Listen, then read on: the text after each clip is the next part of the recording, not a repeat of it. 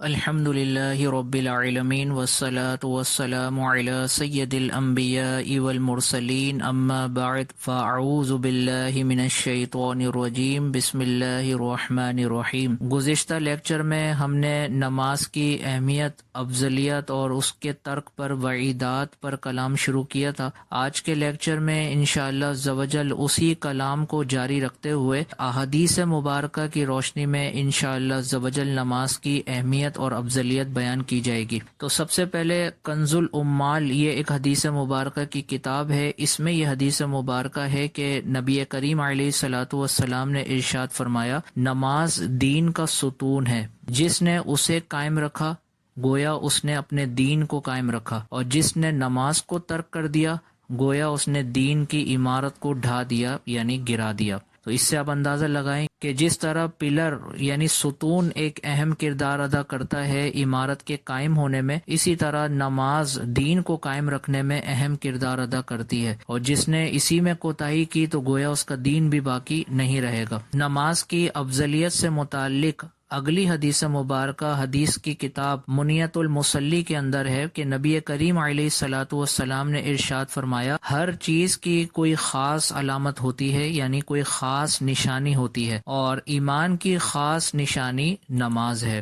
اس کے بعد مسلم شریف کی حدیث مبارکہ ہے کہ نبی کریم علیہ الصلوۃ والسلام نے ارشاد فرمایا، بندے اور کفر کے درمیان یعنی مسلمان اور کافر کے درمیان فرق کرنے والی چیز نماز کا چھوڑنا ہے۔ اس کے بعد اگلی حدیث مبارکہ حدیث کی کتاب ریاض الصالحین میں ہے کہ نبی کریم علیہ الصلوۃ والسلام نے ارشاد فرمایا، سب سے پہلے قیامت کے دن آدمی سے نماز کا حساب لیا جائے گا، اگر یہ درست ہوئی تو باقی اعمال بھی ٹھیک رہیں گے، اور اگر یہ بگڑی تو سارے معاملات بگڑیں گے۔ تو اس حدیث کی روشنی میں یہ بات یاد رکھیں کہ قیامت کے دن سب سے پہلا سوال نماز کے بارے میں ہوگا۔ اگر پہلے سوال کے جواب میں ہی کامیاب ہو گیا تو بقیہ اعمال کے سلسلے میں اس کے ساتھ نرمی کا برتاؤ کیا جائے گا، اور اگر اس پہلے سوال میں ہی ناکام رہا تو بقیہ اعمال کا حساب بھی سختی کے ساتھ لیا جائے گا۔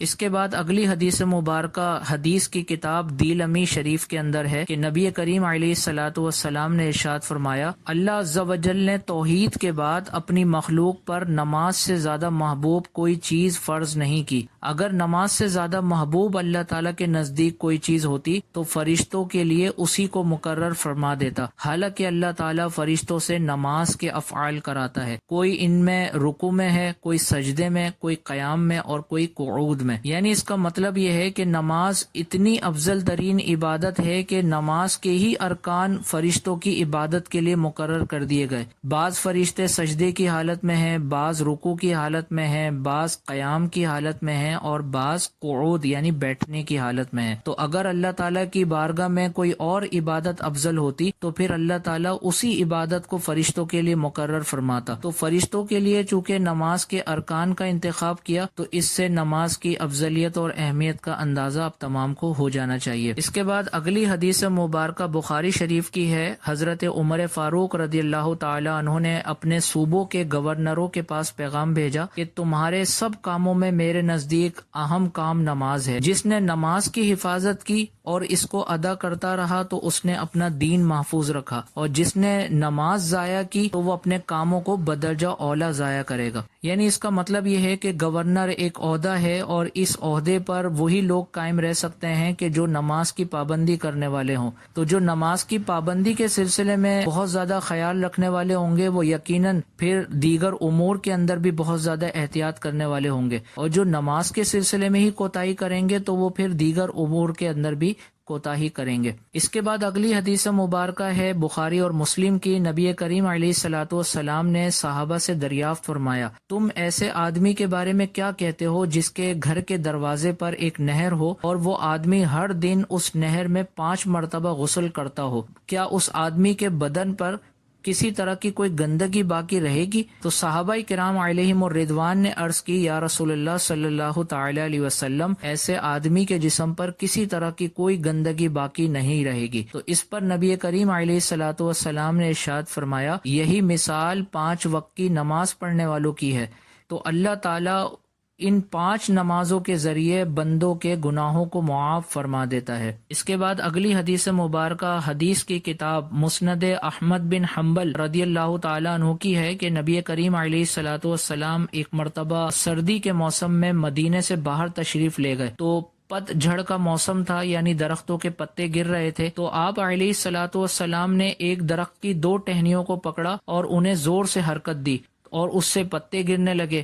تو آپ علیہ الصلوۃ والسلام نے فرمایا اے ابو ذر، تو ابو ذر رضی اللہ تعالی عنہ نے عرض کیا یا رسول اللہ صلی اللہ تعالی علیہ وسلم میں حاضر ہوں۔ تو نبی کریم علیہ الصلوۃ والسلام نے فرمایا دیکھو، جب کوئی مسلمان نماز پڑھتا ہے اور اس کے ذریعے اللہ تعالیٰ کی رضا چاہتا ہے تو اس کے گناہ اسی طرح جھڑ جاتے ہیں جس طرح اس درخت کے پتے جھڑ رہے ہیں۔ اور نماز کی افضلیت سے متعلق آخری حدیث مبارکہ ابو داؤد شریف کی ہے کہ حضرت عبادہ بن صامت رضی اللہ تعالیٰ عنہ سے روایت ہے کہ نبی کریم علیہ الصلوۃ والسلام نے ارشاد فرمایا 5 وقت کی نماز اللہ تعالیٰ نے فرض فرمائی ہے، جس نے اچھے طریقے سے وضو کیا اور نمازوں کو ان کے وقتوں پر ٹھیک ٹھیک رکوع کے ساتھ کامل اور دل جمعی کے ساتھ ادا کیا، تو اللہ تعالیٰ کا یہ وعدہ ہے کہ وہ ایسے آدمی کو، ایسے شخص کو بخش دے گا۔ ان احادیث مبارکہ میں بیان کیے جانے والے فضائل کو سماعت کرنے کے بعد ہم اللہ تعالیٰ کی بارگاہ میں یہ نیت اور ارادہ کرتے ہیں کہ ہم نماز کو استقامت کے ساتھ ادا کرتے ہوئے احادیث میں بیان کیے جانے والے ان فضائل کو حاصل کرنے کی کوشش کریں گے۔ آمین بجاہ النبی الامین صلی اللہ تعالی علیہ وسلم۔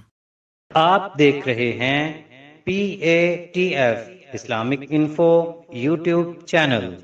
مزید اسلامک ویڈیوز کے لیے ہمارا چینل سبسکرائب کریں۔